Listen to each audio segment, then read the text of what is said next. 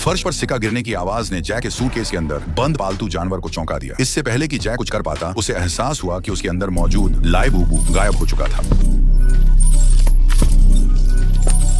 वह उसके पीछे भागा, लेकिन जैसे ही उसने बैंक में कदम रखा, एक स्टाफ सदस्य ने उसे रोक लिया। जैक के पास किसी को खोजने का नाटक करने के अलावा कोई विकल्प नहीं था। वह बैठ गया और लाइबूबू की तलाश जारी रखी, लेकिन अंत में उसे एक अजनबी के साथ बातचीत करने के लिए मजबूर होना पड़ा। जैक के पास इसके लिए बिल्कुल भी धैर्य नहीं था। उसने लाइबूबू को देखा, वह उछलकर खड़ा हुआ और उसके पीछे भागा। फिर भी एक पालतू अंडा सीट से फिसल गया।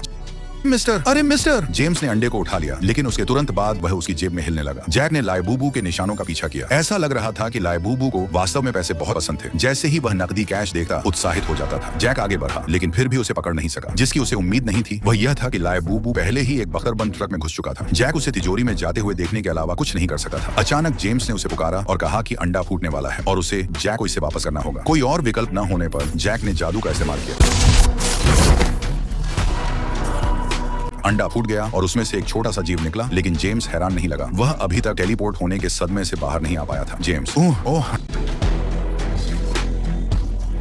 जैक ने लाइबूबू का पीछा करना जारी रखा। उसने उसे तिजोरी में घुसते देखा और बैंक की तिजोरी का दरवाजा खोलने के लिए फिर से जादू का इस्तेमाल करना पड़ा। दुर्भाग्य से बैंक मैनेजर ने उसे देख लिया और अलार्म बजा दिया। जैक ने उसकी याददाश्त को कुछ समय के लिए मिटाने के लिए एक पेट्रिफिकेशन स्पेल का इस्तेमाल किया। आखिरकार उसे तिजोरी के अंदर पैसा प्रेमी लाइबूबू मिल गया।